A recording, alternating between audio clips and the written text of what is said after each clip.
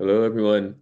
My name is Jefferson Alade, and I am with the Griffin Art Projects. I'm currently the curatorial and marketing assistant, and we're very excited for everyone to be with us today. We have a very special talk for part of our Conversations on Collecting International series. We're going to start briefly here, um, but we're just going to let a few more people roll in.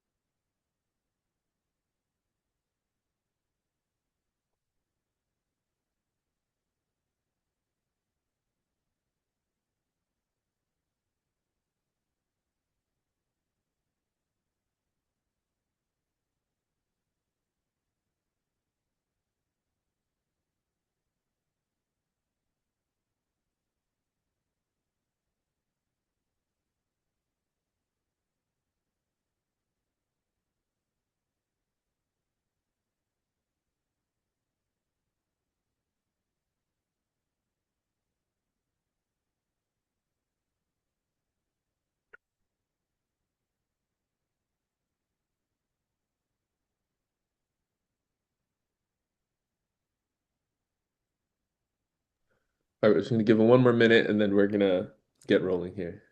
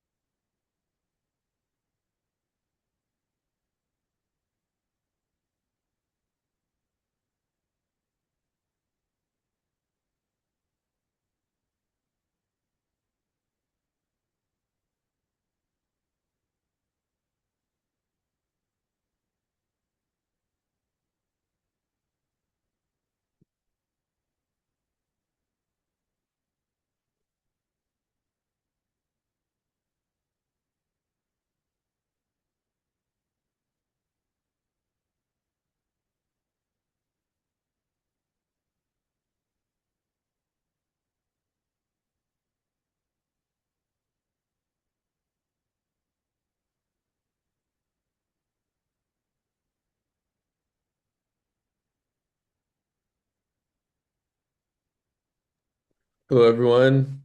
Thank you for joining us today. Like I said initially, my name is Jefferson Alade, and we're going to get started here.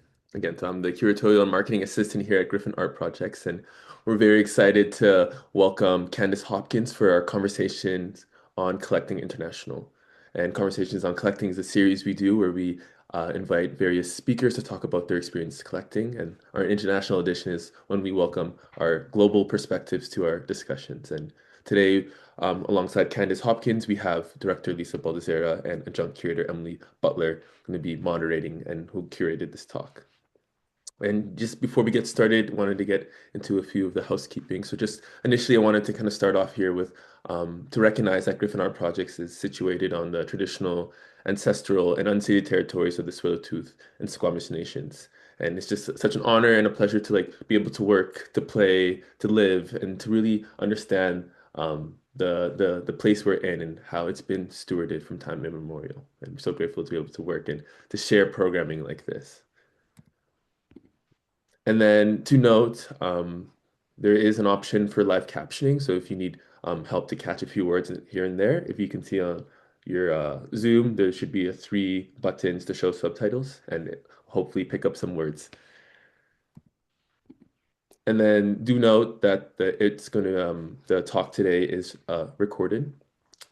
So at the end of the talk, there's going to be a Q&A feature. For the most part, it's going to be Candace and our faces shown, but if you want to ask a question, there'll be an option for you to be unmuted. And if you do be unmuted, your voice will be recorded on the recording. And if not, we can also read the question for you. And then lastly, I wanted to plug in the last week here at the Griffin Art Projects. We have our current exhibition up. And we're going to be having open studio with our current artists in residence. So yeah, please feel free to stop by this Sunday, next Sunday, December 14th. It'll also be the last day that our current exhibition is open. So if you're in North Vancouver, we'd love to have you come and check it out. And then, yeah, without further ado, I wanted to introduce our first person, which is Lisa Baldizera. Lisa Baldizera is the current director at Griffin Art Projects, and she has worked in curatorial roles in public art galleries in Western Canada since 1999. And alongside holding MFAs in writing, creative writing, and art, she also holds a PhD in art writing and curating from Goldsmiths. She's been also the lead curator at the Griffin, curating exhibitions such as 10x10 and our most recent one, Christos Dikiakos, The Collectors. So yeah, without further ado, I'd like to welcome Lisa Baldizera.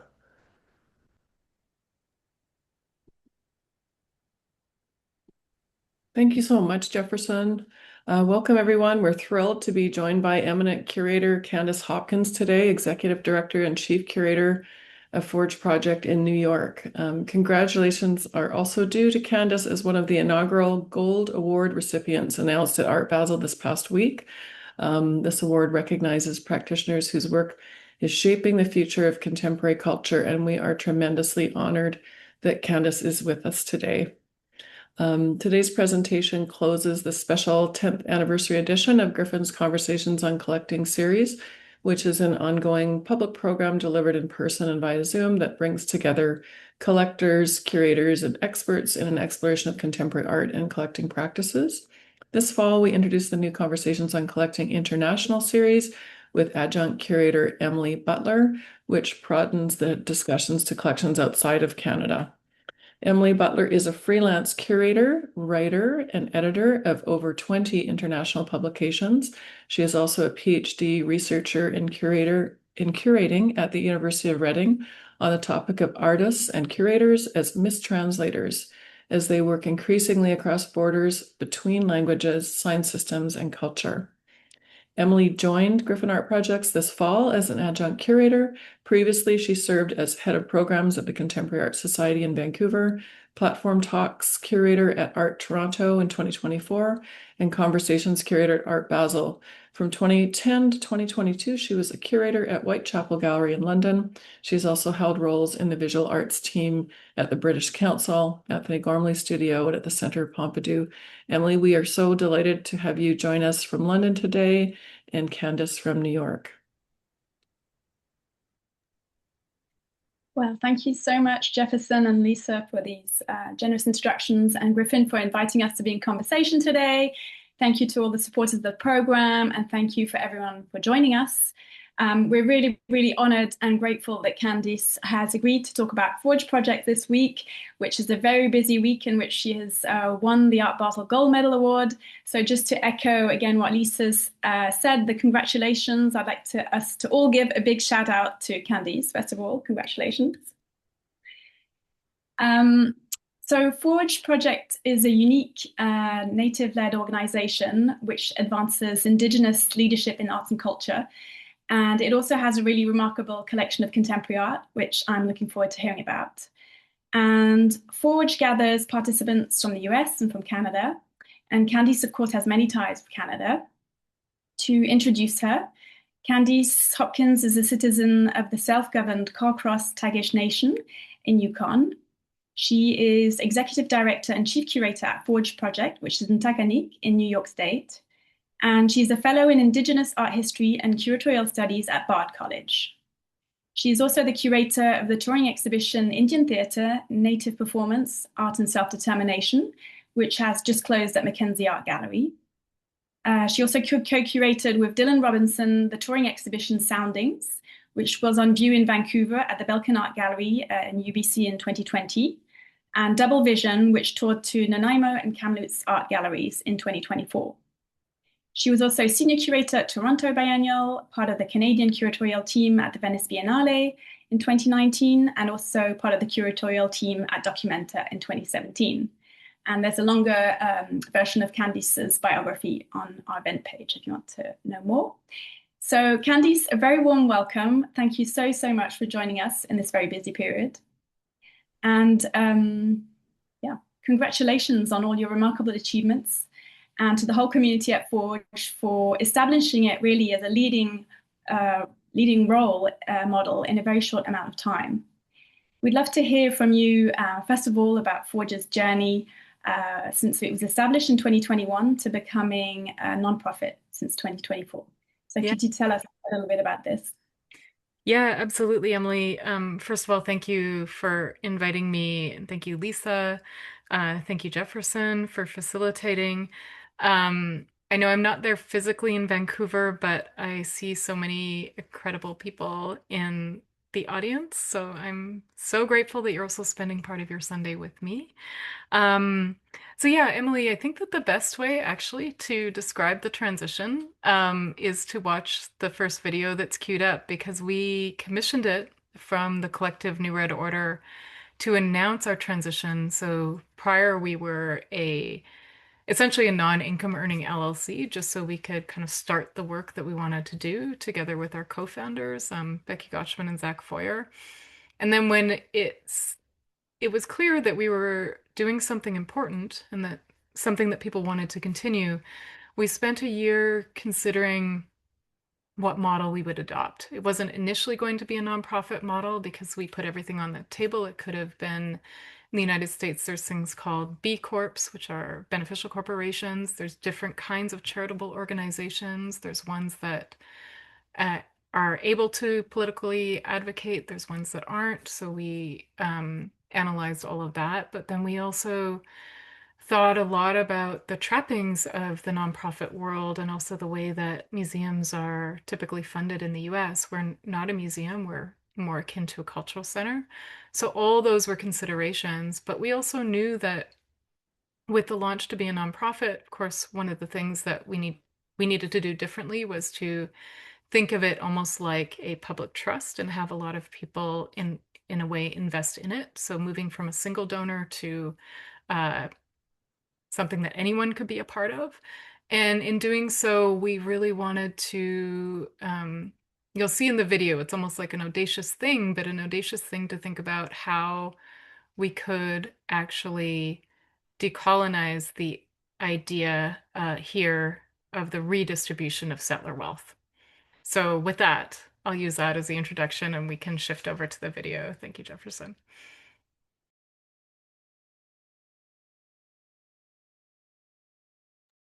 Oh, we might have to start again with audio on. Pardon me, let me just unmute that.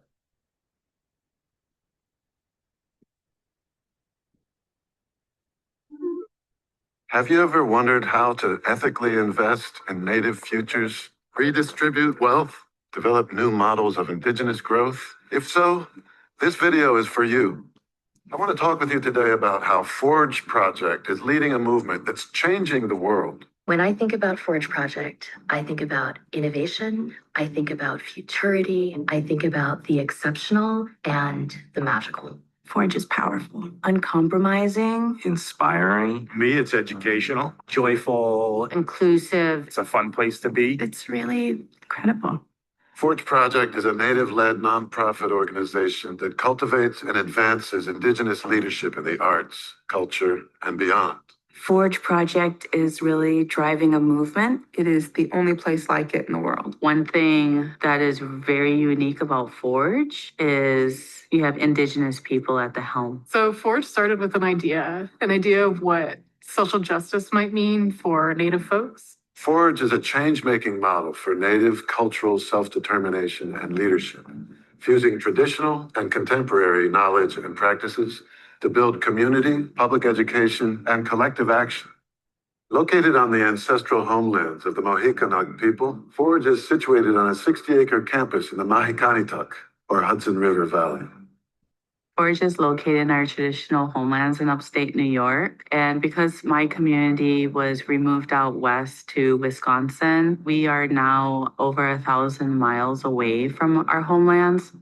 We understand that we're guests on this land. And to that end, we've been working for more than a year on a memorandum of understanding. Forge was really good at moving slowly and taking time and building that process together. So it was a co-development of how Forge would be working with my community. This is how we rebuild relations. This is how we rebuild kinship. This is what we've always done. At this point, you might be asking yourself, what does Forge Project really do? So Forge Project has multiple initiatives within it. And we operate out of these 2 buildings. We do a fellowship. We have a publishing program. We have a lending collection of contemporary Native art. And we host gatherings by and for Native folks here. Because when Native people come into these spaces, they feel welcomed. Because most spaces that we enter into are not by us, they're not for us, and we often don't feel welcome. So I feel like that's one of the most important things Forge can do is make people feel welcome. Are you eager to participate in tangible wealth redistribution? Do you desire to have non-transactional relationships? Have you ever been potlatch curious? If so, do we have a new exciting opportunity for you? Forge is currently entering a new growth phase as they transition into a permanently incorporated not-for-profit organization. In making a transition from being a private organization to becoming a nonprofit, it was really critical for us to create a structure that made sure that Native leadership will always be at the center. So we have developed a model where we have an Indigenous Steering Council that actually sits above the board. It creates a network of relationships for us to fulfill responsibility to. Forge is currently seeking new partners who share their vision of Native self-determination and cultural sovereignty to join in shaping new decolonial futures. So this is a really critical moment for people to get involved with Forge because it's pivotal for us. You know, we're moving from a model where we had a single donor to moving towards almost like what you consider to be like a public trust. This is a rare opportunity to invest in a vetted industry leader while simultaneously cultivating sustainable support for Forge Project. We want to be a model for others. We want to be a model for the redistribution of settler wealth. We want to be a model for actually saying the word reparations. At Forge, the aromatics of advocacy, art, education, and finance blend together in a sumptuous stew of decolonial possibilities. By investing in the future of Forge, you can individually combat colonialism. Forge is sharing more with the world. And as people start to share more with Forge, it will continue to be able to give back even more. It's an amazing feeling of accomplishment through being an accomplice. Forge's vision is an affirmation of Indigenous futures and world building on the individual as well as tribal and global levels. And with your support, Forge will continue to be an integral and enduring part of the Indigenous art and culture ecosystem. So join us today for a better tomorrow. Today. And remember, forge reciprocal relations with Forge Project. Forge reciprocal relations with Forge Project. Forge reciprocal relations with Forge Project. Forge reciprocal relations with Forge Project. Forge reciprocal relations with Forge Project. Oh, forge is a verb. Okay. Forge reciprocal relations with Forge Project.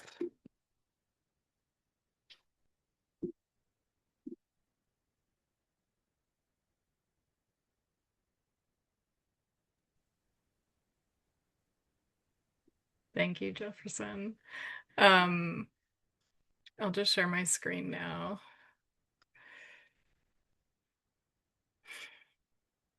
So part of the reason that we did that video, obviously, as you can tell, was to introduce Forge, to introduce us into this new nonprofit space, to use art and the collection as a way of making that announcement. So, you know, we could have went the usual route where we did have a PR firm, but where you kind of do most of these announcing through marketing. But I feel like through the collaboration with New Red Order, they've been with us since the very beginning. Their work is, we have another video in the collection as well by them. It just made a lot of sense for them to do this announcement because the way that they inhabit different media styles worked really well. And I also thought that we can be humorous about this. We can use that as a way of sharing ideas that sometimes are hard to talk about. Um, it reminds me one of my favorite scenes, and people on the call probably watch Reservation Dogs, but I think it was in the first, it might have been in the pilot, where there's two people, two non-native people driving outside of Tulsa, and they're discussing land back. And the husband says to the wife, like, they don't really mean that, do they? And she said to him, she said, I think they do. you know?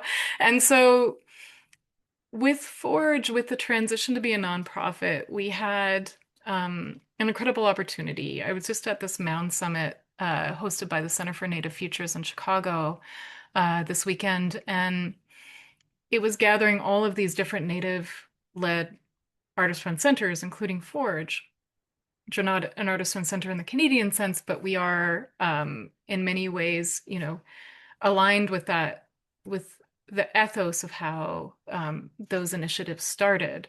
But in making that and working with artists, one of the things that we realized is that we could put these things on the table, using NRO's video that, might not sound the same if we just went out and said it, or might sound too outrageous, but we really used it as a way to not only launch, but also to start to socialize ideas like maybe we do need to decolonize settler wealth. Maybe part of the reparation should be to invest in spaces like this, to try to counter a scarcity mindset, particularly in the United States, where there's been a lot of deliberate scarcity created and deinvestment, especially right now with the present administration.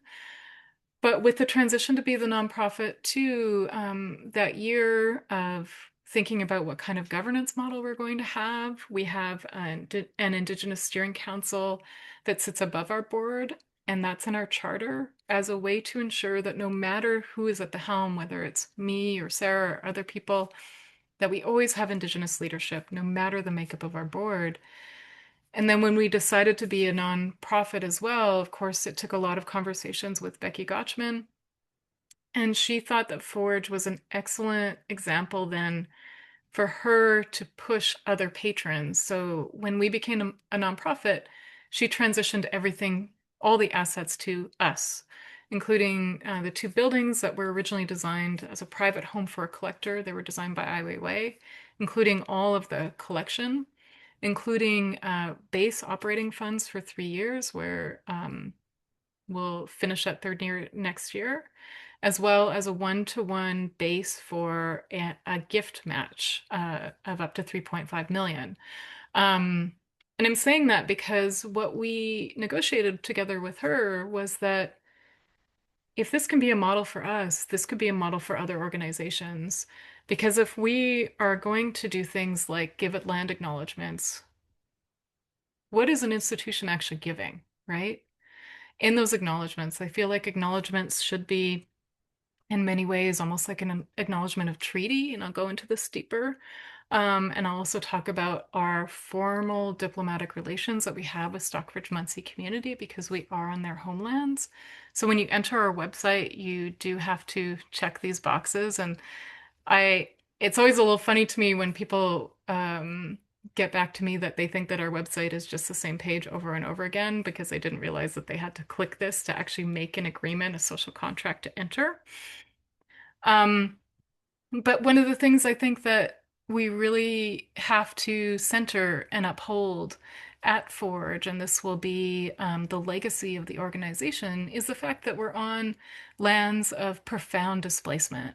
So as the video shared, but very quickly, Mohican folks in these lands were actually formally displaced a total of 7 times, all the way now to their main homeland in Wisconsin, which was actually an agreement that the tribe made with Menominee people. Some Mohican folks actually went and lived with Six Nations people, so they went all the way up to Canada. Others merged with Lenape communities, and others went to Oklahoma. So Stockbridge-Munsee consider themselves to be the many trails people now because they've taken many trails to end up where they are. But anyone who's spent any time in the Mahicanatuk Valley or the Hudson River Valley may know that this is a place of extreme gentrification. So even if you do come and even, it takes about 12 hours to drive from Stockbridge-Munsee community back to the homelands, the price of property or even a hotel is totally prohibitive for most people. But I wanted to start with this slide because John Quinney was a really important Mohican leader and a diplomat. And importantly, he was doing a lot of these negotiations for the rights of his people. And this is an 1836 painting, but not long after this painting was made by George Catlin, he declared formally that they never agreed to leave their land. So essentially, we are on unceded territory. And then there's this kind of thickness of the legacy of the Hudson River School in this area. Forge is exactly I think it's about a 14-minute drive from where Thomas Cole lived. Thomas Cole was best friends with James Fenimore Cooper. James Fenimore Cooper was the author of The Last of the Mohicans. So this kind of settler fever dream of Indigenous removal. And you see, this is a self-portrait of Thomas Cole where he's in this cape and he's overlooking his land.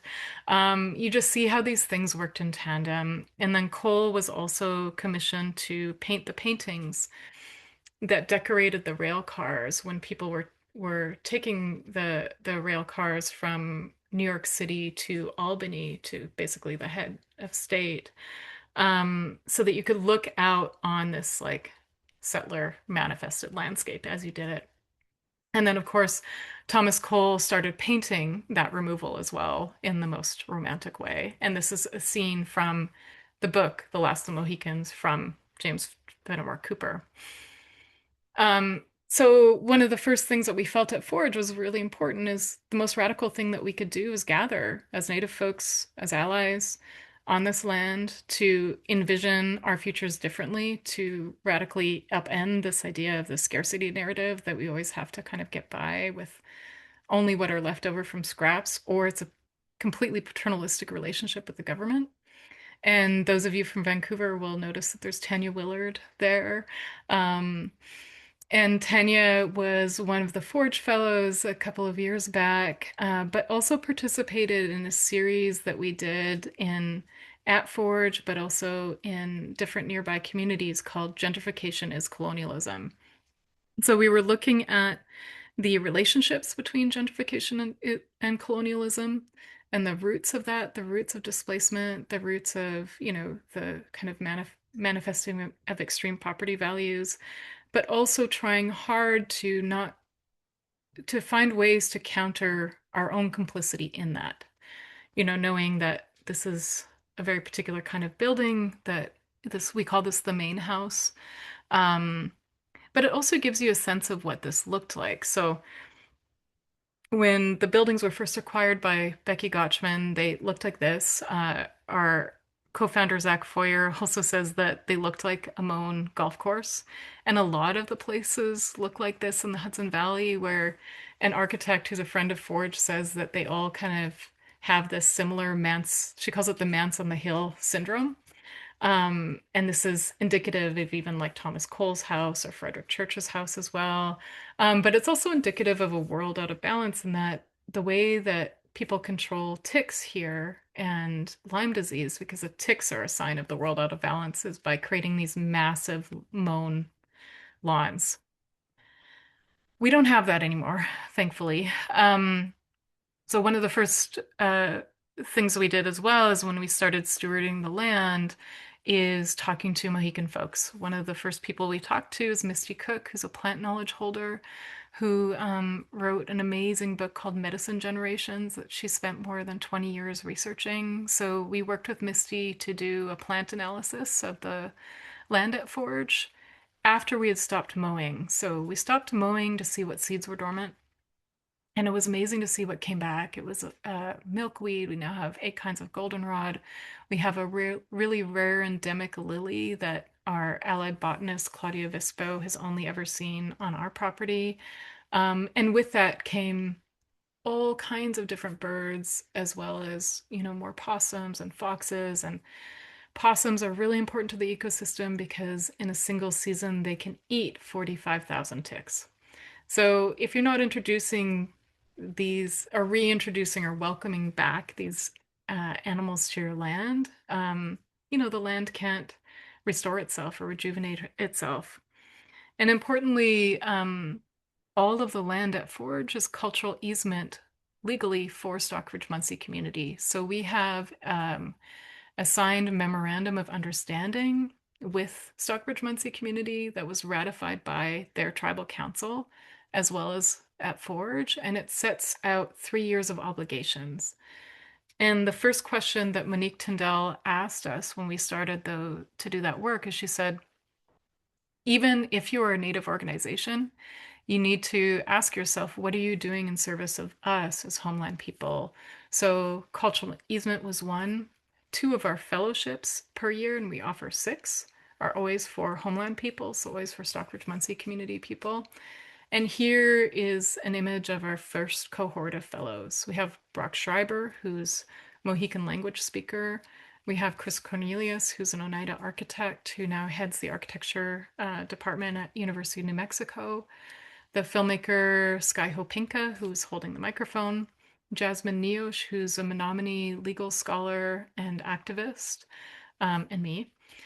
And what we were talking about was, how special it was and it is to gather on this space, on this land and on this place. So this is the Black Mountain Apache violinist Laura Ortman, who turned the sitting room basically into her studio. She was scoring a series for Showtime that was directed by Roselle Benally that was on the epidemic of murdered and missing Indigenous people. And she said that one of the ways that she was able to score it was by spending her time not only playing violin, but looking out to the Catskill Mountains. And importantly, the fellowship, and we just launched it. It's open to folks from Canada, the United States, and Stockbridge-Munsee people, as I said. It offers a $25,000 cash award that's unrestricted, so you can use it for whatever way, shape, or form you want, or you can give it away, or you can give it to family.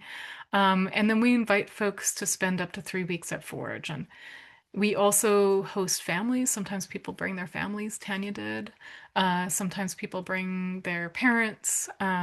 We really turn the space over to them so that they can really feel like it's theirs and to use their time in a self-determined way. There's no obligation to make anything. And we support all kinds of practices. So language speakers, seed savers, like I said, with Jasmine, legal scholars and others, it's anyone working in culture broadly. Because I think that one of the reasons why we're not a museum is because we're not trying to kind of create a formal division between art and culture. Art comes out of culture. If we're not seeding culture, then art can't grow itself. So this is an example of we only have one little kind of gallery space at Forge, but the work is hung all throughout Forge. But the collection itself is first and foremost a lending collection so that we can not only create more platforms for the amazing artists in the collection, we have about 180 works right now that we steward, but also to try to correct the pretty profound marginalization that has taken place, especially in museums in New York. So what I've noticed in the United States, and this is me coming from Canada, but is that whenever a museum has the word American art in its name, it often has little to no Native work in their collection and little to no exhibition history of that work. So something that I like to share, and I've even shared when folks from MoMA have been there, from Museum of Modern Art in New York, is that the last group exhibition that the Museum of Modern Art has ever done of Native art was in 1943. And the first solo show was Gabriel Arundel Hill, and that was in 2020 in their project space. So just to give you a sense that, you know, in New York, there's been pretty profound marginalization, even though MoMA itself narrates the origins of American modernism in native forms, just how Canada did at one point in time. But really what happens, I feel like, is there's a lot of regional support, like in Oklahoma or in the Southwest or along the Northwest coast. But there hasn't been the same kind of, I'd say, advocacy, agency, and artist organizing like Canada has. So in Canada in the 1960s, even artists were organizing a national conference. And then you had the Society of Canadian Artists of Native Ancestry that formed, you know, not too long after by some of those, you know, first artists. And all of these folks, you know, worked to put pressure on even the National Gallery of Canada, which refused to self-consciously acquire work by Native artists until 1983 when they acquired a painting by Carl Beam. So this is what Forge looks like. One of the things that I'd say that is successful about our lending program is that we've managed to invert the numbers. So when I say that, I mean that, you know, most museums, collecting museums, have 80% of their holdings in storage at any given time and 20% on view. 80% of our collection is on view at any given time, and that's the minority is actually on site at Forge. The majority of it is on loan. We've never had to advertise the loan program. I think it just is evidence of the interest. And a lot of curators in their museums that they work in have actually often used a loan from us as a way to advocate for the acquisition of that work by their acquisitions collection or their acquisitions committee. So that's been really successful. But because we're in domestic spaces, it gives an opportunity for people to live with this work. So in the background there, you see the Indian land photographed by Nick Glennon, and there's a tiny Nico Williams, one of his beaded rolling papers pieces, also in the foreground. And then in the far back corner, there's a kind of smoking log that was part of the Indian Theater exhibition, and that's by Matthew Kirk. But again, a lot of the work that we do is this opportunity to gather as a way to counter that historic erasure. This is a collaboration with UPCO, or Upstate Color, which was started by Jordan Castile when she moved to Kingston, New York, which is about 30 minutes away. And this is also a collaboration with Lil Deb's Restaurant. And the reason that I want to shout out Lil Deb's is because they're based in Hudson. They're a close ally of ours. And because of our model of when we do site visits at Forge, people can sign up for them. We do charge a fee for that because we want people to recognize our labor. But 50% of those site visit fees actually get redirected back to Stockbridge Munsee community, almost like a land tax. And because of that, or inspired by that model, Hilo, who's pictured there in the yellow, at Little Deb's, they charge a plate fee. So 75% or 75 cents of every plate that they sell gets donated back to Stockbridge Munsee community too, as a way to not only honor that they're on their land, but work towards reparations. But we also, you know, spend time back in the homelands in Stockbridge Munsee community too. And this is Paloma Wage, who is our operations director at Forge, and Monique Tyndall. Monique is the one who worked closely with my colleague Sarah Biscara-Dilley over the course of the year to draft that first edition of the MOU. And importantly for Sarah and Monique, one appendix is about the cultural easement. The other appendix is to protect Indigenous intellectual property. And that appendix was made so that the tribe can use that for any other MOU that they engage in or other contracts that they engage in. So the work that we did was also to create a template that would have broader use value. But this is their farm. So they produce about 13,000 tons of food annually: corn, beans, squash, tomatoes, all kinds of things. And then this food is sold at in front of the tribal offices on the weekend, but it's also for them a way to foster their traditional seeds. So we do a lot of land work. So we've done the land remediation work, or where it'll be an ongoing project, because that's really the legacy for us, is how we can steward the health of this land in honor of Stockbridge-Munsee community. And this is Misty and her daughter Coral leading a plant walk at Forge, a chilly one. This is Lucy Burr-Gagnon and Lucy's daughter talking about the seed projects that they do back in their homelands at Stockbridge-Munsee community. And Lucy was a Forge Fellow also a couple of years back. And this is Lucy's daughter sharing seeds, blue corn seeds, with Sarah Biscara-Dilley, who's our Director of Indigenous Relationality. But we think of, I think it's really important to think of art as an ecosystem. And I know a lot of folks on the line care deeply about this and also have fostered this themselves. So this is the first edition of an Indigenous art criticism residency, where we invited a group of writers from around the world to gather at Forge for a week with different mentors, including elders. And we spent time in workshop, we spent time writing, we spent time talking about how we navigate editorial processes, especially because most publishing platforms are non-Indigenous. We shared skills with one another, and we just completed the second one called Confluence, and that was co-led by Sarah Biscara-Dilley and Leuli Eshraghi. And Leuli, many of you will know from Montreal. And one of the most extraordinary things that we realized by doing this program is that there's very few spaces, especially in the US, that are kind of by us and for us. So it's important that these sessions don't have any public component at all, that they're all done at Forge, they're all done in deep relation with one another, so that we don't have to go through what folks kind of call in the shorthand the kind of Indian 101, where you're introducing, it's getting everyone situated with a base level of knowledge. So really, so you can kind of dive into where everyone is at. This is just an example of me in dialogue with one of our fellows. He actually works in mental health. Another fellow, Margot Abeda, who made these publications as a result of her fellowship. But in terms of how we mobilize the collection, we do it in a lot of different ways. One of the ways, for example, we have lent before to for-profit entities.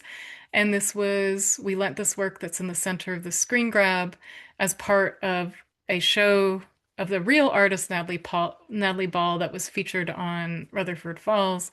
Rutherford Falls was the first all-native writer room, all-native cast. And we decided that we wanted to charge a loan fee. We don't typically charge loan fees. So we asked Natalie where she would like to direct that money. So we asked for a loan fee of $1,000, and she wanted to direct it towards the removal at that time, which was in process, of the 4 dams that were damming the Klamath River in her homelands. This is the work itself. So in making the work, the collection accessible, it's tethered to the back end so that any edits we make on the back end immediately become public. That can be images, materials, dimensions. So our collection has been fully digitized from the start. It's not like a digitization process that I think makes a lot of other collections less accessible. But we also do what we call a lot of redlining of borrower agreements that come to us. So it's not the norm, and I think many of you know this, it's not the norm in the US to pay artist fees, unfortunately. But we won't loan a work unless an artist fee is paid, and we also ask them to abide by wage standards. So wage is like a very pared down CARFAC. It's very aspirational. A lot of institutions in the US aren't yet wage certified. But we won't lend if people aren't charged, if they don't pay an artist fee. We also do a lot of redlining in that we make sure that artist copyright is protected. It's amazing to me that we've gotten borrower agreements from major museums that wouldn't honor artist copyright and also wanted the rights to an image to use for any form of marketing or publicity without an artist's consent, as well as making merchandise without an artist's consent. But then importantly, we don't just send care instructions, we send protocol instructions. So Bo Dick's Thunder Being mask is a really good example. It needs to be stored, covered with a cotton cloth. When it's welcome to a space, it actually needs to be welcomed kind of more formally. So introducing yourself, saying what the exhibition is, why it's here. You uncover the mask, and you make it feel like it's arrived, like it belongs.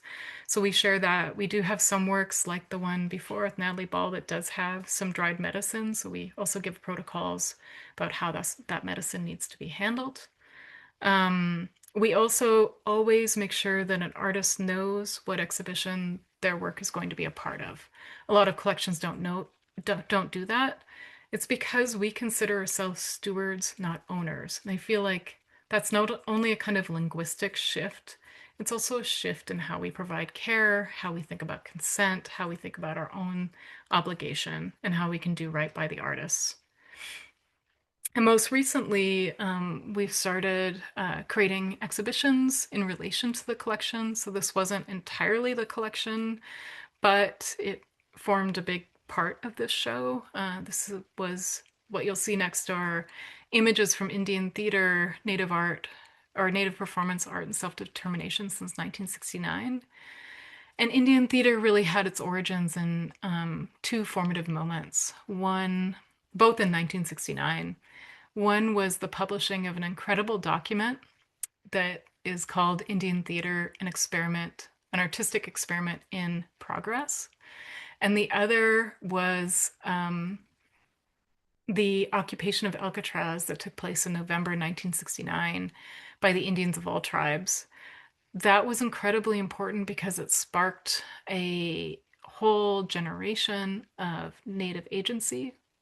It inspired the American Indian movement. It included collaborations with Black Panthers and the Young Lords, for example.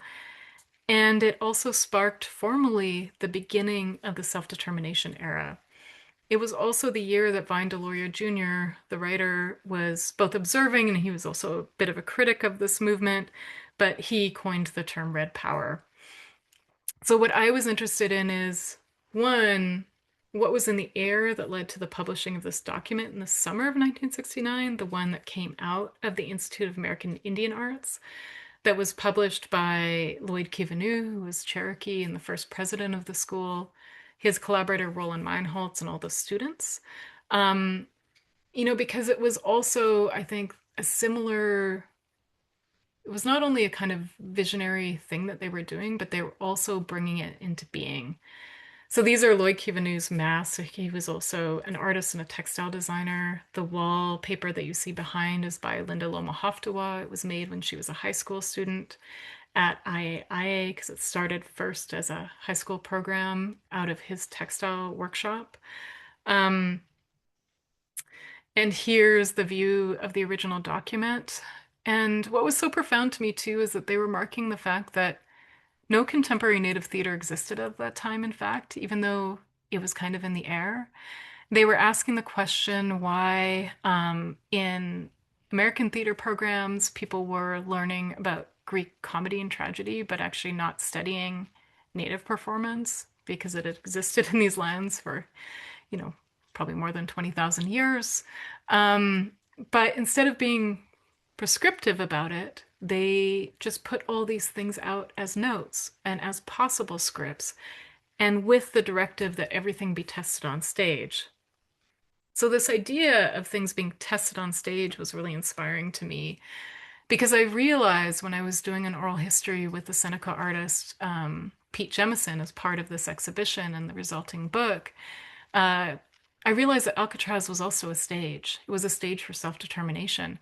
And Pete told me over the 4-hour oral history that we did together, he said, I was living and working in San Francisco at the time and working as a young artist. And he said, I watched that occupation of Alcatraz. And he said, what people haven't really talked about is that a lot of those folks that were part of the Indians of all tribes, and a lot of them were students at University of Berkeley, they were also participating in radical street theater at the time. So then it's kind of light bulb went off in my mind, and I realized that the Rock, so Alcatraz was known as the Rock, was their stage, and their first publishing effort, which was their proclamation to the Great White Father, was their script. And everything that they did out of that was with this understanding of the agency of performance. So within the proclamation of the Great White Father, I want to share this because I think it's really important. They proposed to create the Bureau of Caucasian Affairs, and the Bureau of Caucasian Affairs would be Native-led. And I think that that's an exceptional idea, especially given what's going on right now in the United States. So I'll just move through some of these slides a bit more quickly, but you'll see a lot of familiar works in here, including by Dana Claxton, because what I was interested in is how agency itself comes through the things that we adorn ourselves with, how we image ourselves. It comes in resistance movements. It's always been a part of our aesthetic practice. So this wasn't strictly about performance, let's say, but the aesthetics of self-determination. You'll see these works by Sonia Su here as well, in a section that was really thinking about the intersections between dance, song, and sovereignty. And here, of course, work by Gabrielle Arundel Hill, and behind her, Jesse Unark. So thinking more about how objects themselves become animate. And it was an opportunity to feature, a lot of also Canadian artists, including Theo-Jean Cuthand, where we featured 4 video of his as a way to also introduce certain artists to an audience on this side of the border. And then many of the works, of course, were also performed. And they were performed not just once, not during the exhibition, but multiple times. This is Eric Paul Riege doing a durational performance that took place during the opening. But one of the most important, I would say, gestures was this by Rebecca Belmore when she marked the outside of the museum with an X. So this is her, this took a day long, an entire day for her to do it. And like all of her marks and all of her monuments, I would say, it was a way to talk about presence. It was a way to mark her labor, but it was also a way to talk about place. And Emily, this will be the thing that I close on, but just to share that, so we can have a bit of a dialogue. But when she was originally asking us for, she wanted earth. She knew she wanted earth. She knew she wanted dried grasses.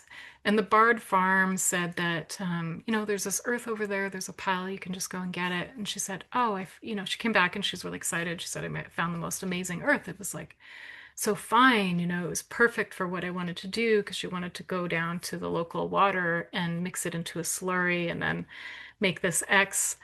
And then we realized afterwards, she came up to me and she said, well, before she made the X, she said, actually, I found out where the earth was from. It was from an archaeological dig that was evidence of a 3,000 to 5,000 year old Mohican village. And it was being completely eradicated for the building of a new performing arts center. And then I asked Monique Tyndall if it would be appropriate to use the earth, and Monique thought it absolutely was, because this was more a marker of presence than anything else. So it remained. So Emily, maybe I'll stop sharing screen there, if that makes sense, and have a conversation. Thank you so much, Candice. It's so inspiring to hear about this rich and important work at Forge. And I realize for everyone who's watching, we're already 1 hour into the talk, but if people are not in a rush, we will carry on with our questions, and then there'll be a chance for audience questions as well. So I think the video said it so clearly that really there's so many different models that you are pioneering at Forge. So there's new institutional models, there are new models for governance, for land remediation, for community building, collecting, gathering, leadership, and new philanthropic models or wealth redistribution. Yeah. I call it.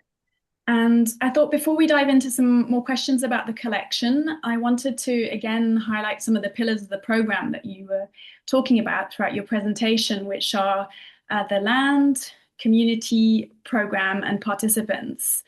And I really encourage everybody who's listening today to have a look at the website, which you showed us a little bit about from. And I think it really reveals how Forge is so embedded in the land and with the Mohawk people.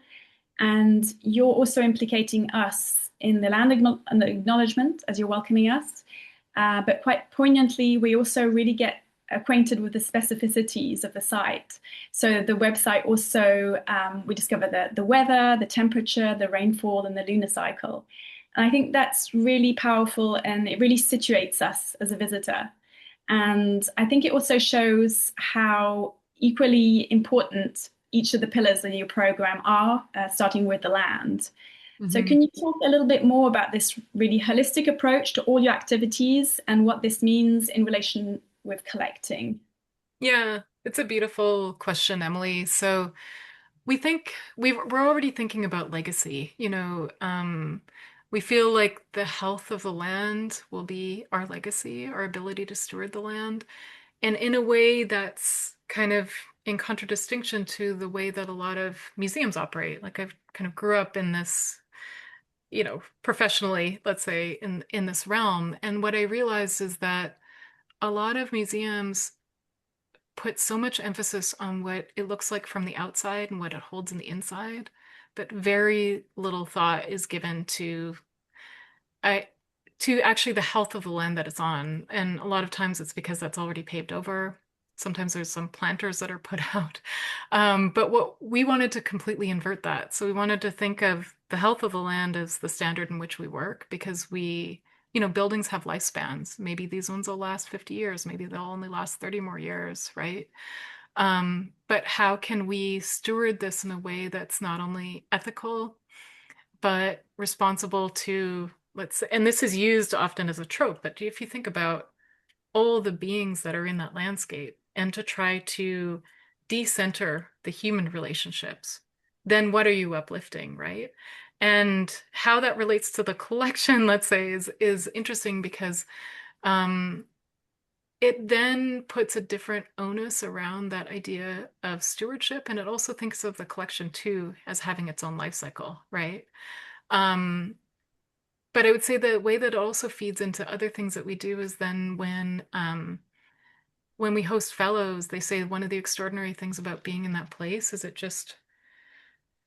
everything breathes, and you can take a pause. There's no obligation to be part of this kind of extractive landscape of overproduction, let's say.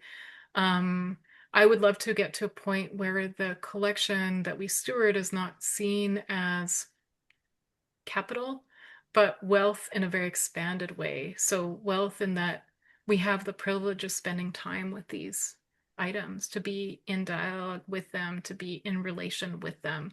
So I'd say moving from that ethic of relationality then shifts all of the things that we do, and shifts that idea that art then cannot be compartmentalized from food, from, the possums that help us control the ticks, from all those things. And I would push a lot of institutions to what would it mean to think about a relationship with a collection in a way that's truly relational or has life cycles.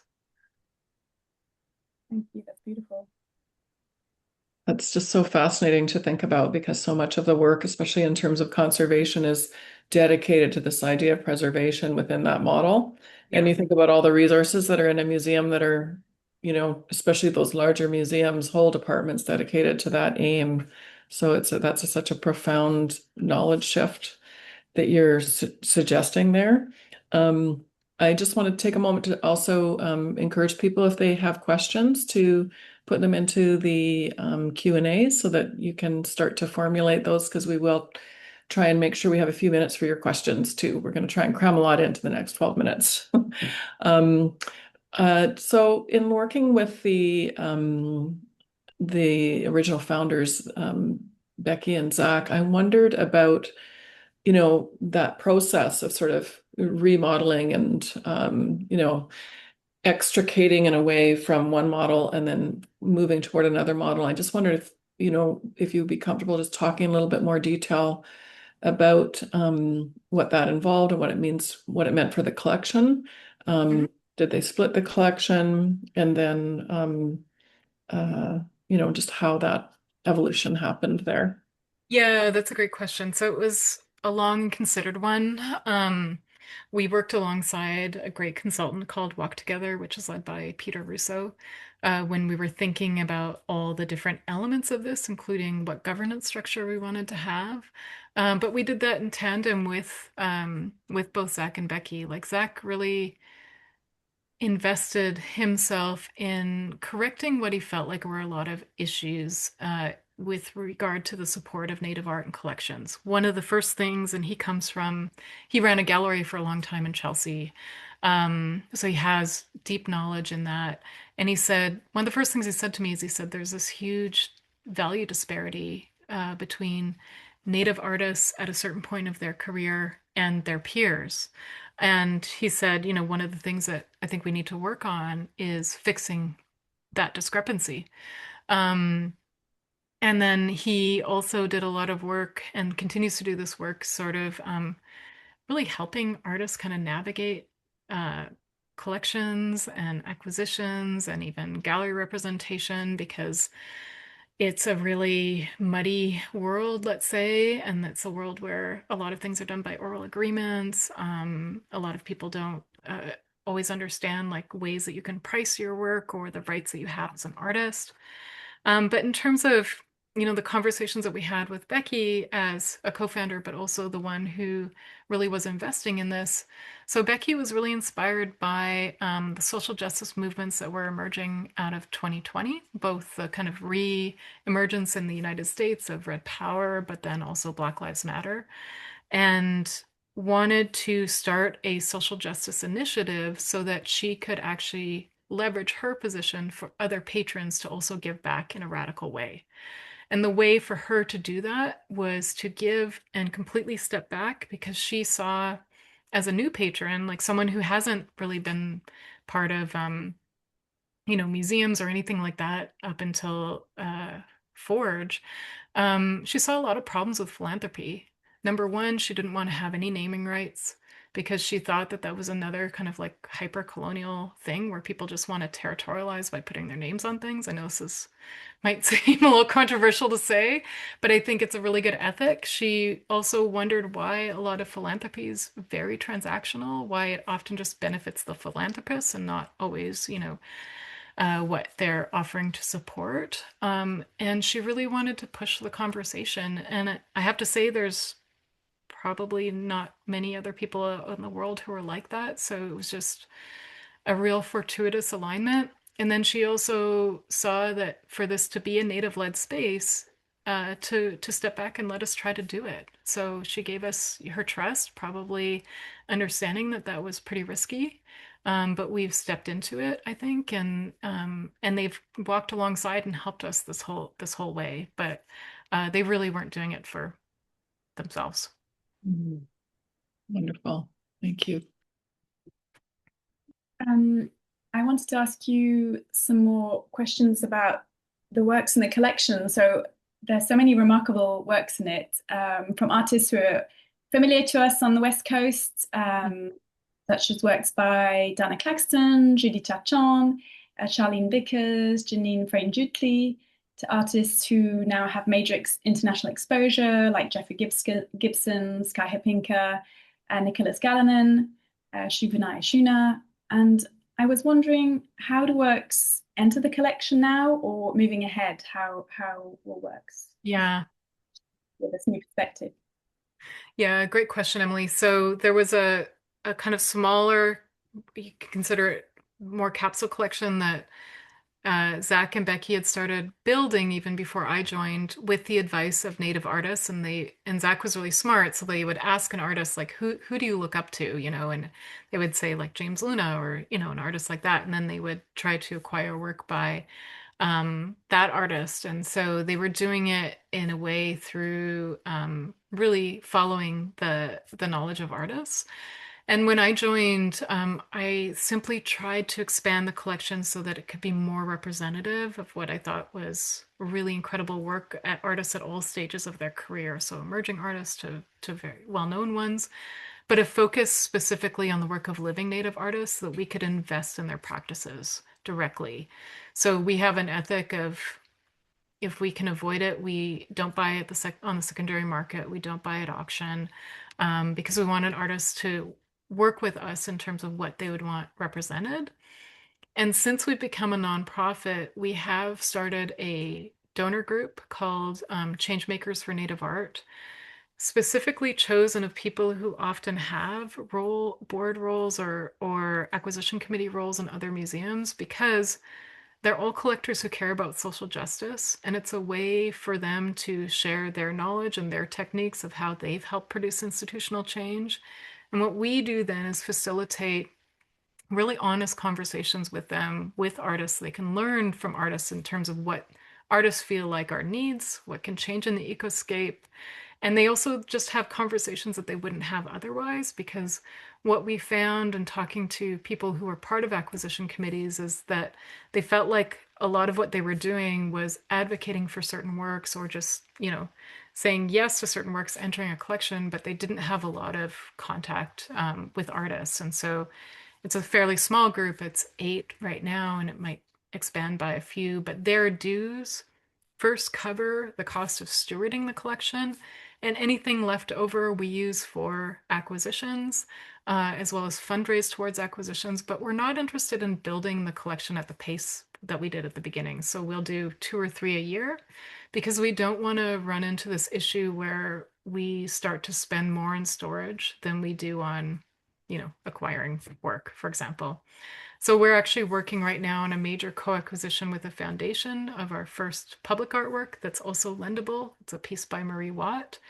And so we'll be moving into, I think, some very specific co-acquisitions too, as a way to make this not only more sustainable, but really our main interest is making sure these works are seen and they get out in the world. And in tandem, Lisa, just to kind of circle back to your question, so there is, after Forge started and after we became a nonprofit, Becky initiated her own private collection. So there's also the Gotchman family collection that's separate. And it was also a way for her, because she really likes to have these relationships with artists, but also to continue to support their work directly as well. So it's also a lending collection of art. It's so remarkable that 80% of your collection is on the move and out there in the world. And I just, there are all kinds of sort of fantastical ideas that museums come up with, like including extra storage and, storage that's transparent. So it seems like it's an exhibition, and we've seen all kinds of mostly failures, honestly, because that becomes when we're working toward any building, becomes this kind of entity of its own, as we know how it starts to, we want more time, more resources for storage. So it's just so wonderful to think of these things being shared, which is really what a lot of donors are thinking of when they're giving work to collections. So I just wondered if you could just talk a little bit more about that, about the ethos and how you started that, and how it fulfills the mission of Forge too, in that way of having these works circulating all the time. Yeah, so even before I started, they knew that it was going to be a lending collection. So there was already that established. There was already established that it would be focused on the work of living Native artists. But the way that I think of the collection is to leverage it, right? And so we do a lot of tours for museums. So that term you probably heard in the video, it really got laughs at the Mound Symposium because it was an all-Native audience pretty much. But Potlatch So that came from when Adam Weinberg brought the curators from the Whitney Museum to come and see us. So when they come, and MoMA folks have come, SF MoMA has come, lots of other places have come to visit us. We talk about how and why we do things. We talk about the borrowing agreements. We talk about the fact that, we only lend to places that are paying artists. And, we've had actually a couple of museum groups who are surprised that we do that and also asking us why we don't charge fees for everything that we send out the door. But we only charge fees if places are going to profit off of it. Like, obviously, Rutherford Falls is a major TV show. But we do that in tandem with the artists. So we did actually lend some of Bo Dick's work to an exhibition at Andrew Kreps Gallery in New York. And then we got Andrew Kreps to give money to Bo's family because they needed it at that time. And so I think that there is this opportunity always actually within art to think about the power that you have, and there is some leverage there. And we're always thinking about how that leverage that we have can benefit artists. And I think that the fact that 80% of it is circulating at any given time is just to show the desire that's happening, particularly in the US. The United States is playing catch up, I'd say. So pretty far behind in terms of its support and knowledge of Native art broadly, especially in the big museums. So that's pushing some of the demand. But then we're also thinking about how we build knowledge at the same time. And this is kind of like the to-do project. So I'd like to produce some more writing around the work. So I've been working with students that I teach at the Center for Curatorial Studies to do this. So it's not just about the work, but it's about the knowledge and how we can start to circulate that. But it's also to create opportunities for artists themselves. So we kind of quietly do a lot of that work on the background too. And I'd say that because our collection is so accessible, it introduces a lot of artists that, maybe other curators might not be as familiar with, and a lot of artists from north of the border too, right? Because the border, especially because it's so politicized and weaponized right now, there's really a risk, I think, that Canadian artists are going to be even more siloed. Mm. It's so interesting the way you talk about the agreements themselves as this kind of expanded field. So it's a little bit like in stealth mode, the work goes in, you enter into this agreement as you're loaning the works, but then there also has to be this entering into a new methodology for thinking through loan agreements and thinking through what the obligations are. So it's just such a brilliant way to ensure, almost the way that your web page, that entry into your website ensures that it cannot be ignored what the conditions are. And I think it's so unique to the art form that we work in the visual arts, quote unquote, the visual arts, but that we're always attached to this kind of market that has its own inherent understandings of the work we do, that we, and the work that you're doing in terms of dismantling the invisibility of those relations. Mm-hmm. They're sort of always humming along underneath. Yeah. Thank you, Candace. What I was going to say in response to that, Lisa, it's a really good observation. So Amelia Russo, who's not native, but she stewards our collection. And we have this kind of working group of other curators. It's kind of like a circle of trust where we talk a lot about these issues. And in one of the sessions, one of the other curators, I think someone from the Whitney actually said, what kind of models would we have if we didn't inherit the ones that we inherited? Mm-hmm. And I think that in a lot of spaces, but I think Griffin Art Projects is an exception, you don't always even get to ask that question because we're always inheriting models. So we don't always get the opportunity or the privilege to ask that question, number one. But then number two, to think about how might we do something differently? And it's actually not that hard to do something differently, but I think we've adopted for such a long time business as usual, let's say. So yeah, this is an opportunity to kind of rethink a lot of that. And rethink what actually truly benefits the artist, not just the object. I think sometimes when collections become collections, artist work becomes objecthood, and under that objecthood, there's less agency in that transformation. Thank you so much, Candace. So we're at 12:17. Emily, do you want to ask another question? I noticed we have one in the Q&A that we could go to after that, maybe? Well, why don't you ask maybe the last question? Okay. What is happening in Forge in 2026? Oh, in 2026? Okay. Well, we are going to continue the work that we're doing. We are working on a few things. I think one is there are a number of events around the reader that just launched called Native Visual Sovereignty that emerged out of the Indian Theater Exhibition. The Indian Theater Exhibition will open at Site Santa Fe in the summer of 2026. I am also wearing my chief curator hat, working on another exhibition, which is a solo show of the incredible Dene or Navajo weaver, Mary Lou Schultz, really centering on the idea of technology and innovation in her weavings, particularly her weavings of computer chips, and how interesting that is that she started those in 1994, but yet there was a computer chip factory that specifically hired Navajo women weavers that ran on Navajo Nation from 65 to 75. So I think the work that we do at Forge is also surfacing these kinds of really important histories in tandem with all the work that we do to support Native communities. So work will continue with the fellowship, it just launched. Work will continue with creating these gatherings by and for Native people. But Sarah and I in tandem will be spending a lot of time in 2026 kind of sharing out more of these processes to making them more public, sharing out some of the things that we've done, some of the findings in a process that we call kind of surfacing. So we're going to spend a lot of 2026 kind of thinking about that because we've moved and had to move so quickly to kind of establish ourselves. But now I think we can take a bit more time to have more reflection. Wonderful. We do have someone who's asked a question here. I don't know, Emily, do you want to read that out? Yeah, I'll read that out. And just to repeat that, please feel free to type any questions in the Q&A, but also raise your hand. We will take some questions as well. So the first question is, I'm wondering if and how the Forge as an institution sees a role for the non-Indigenous artists in their mission.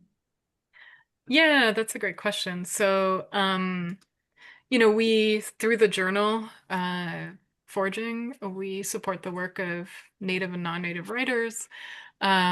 We've brought in a lot of collaborators of folks who, come to Forge who are also non-Native. But I think first and foremost is to think about how you can be an accomplice in the work that we do. And so for New Red Order, whose video started the presentation, they see accomplice as a relationship that's even deeper than an ally.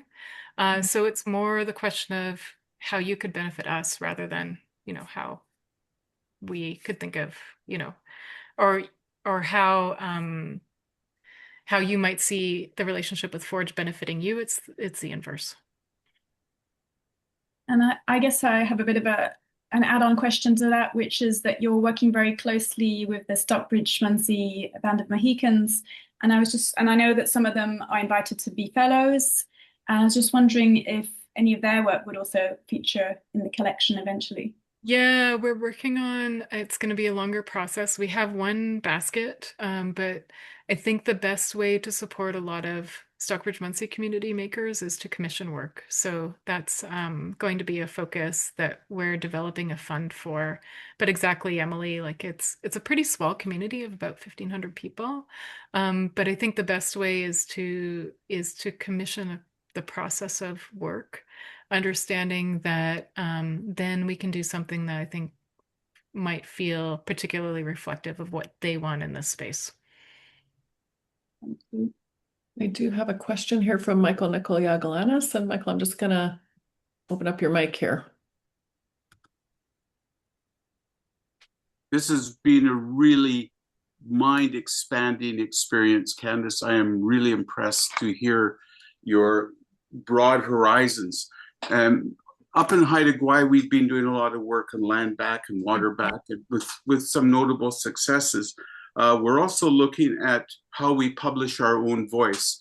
Currently, we work with allies, but we're sort of examining that now. I was really interested in your Indigenous art criticism residency and Confluence, and I know you said that in in the year ahead that you're going to be figuring out how to share the results of those particular workshops.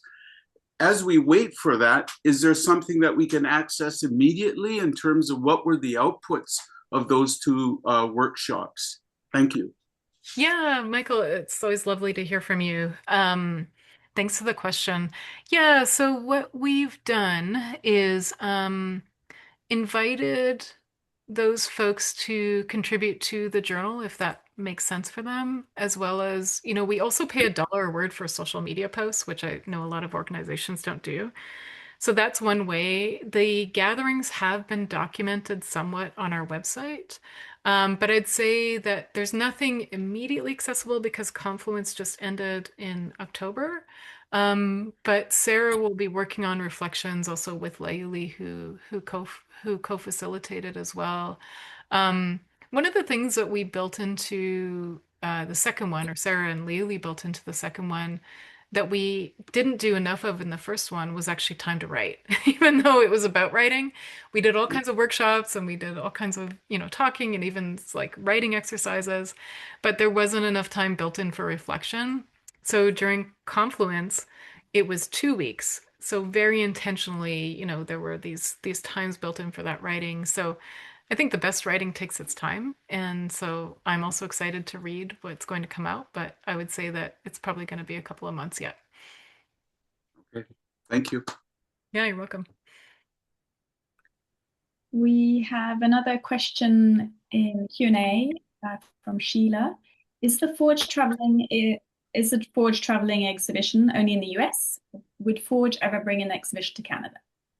Yeah, Sheila. So the Indian Theatre was at the Mackenzie Art Gallery in Regina.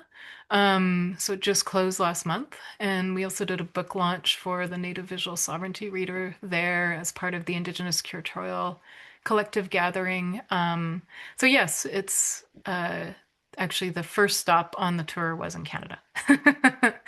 Yeah.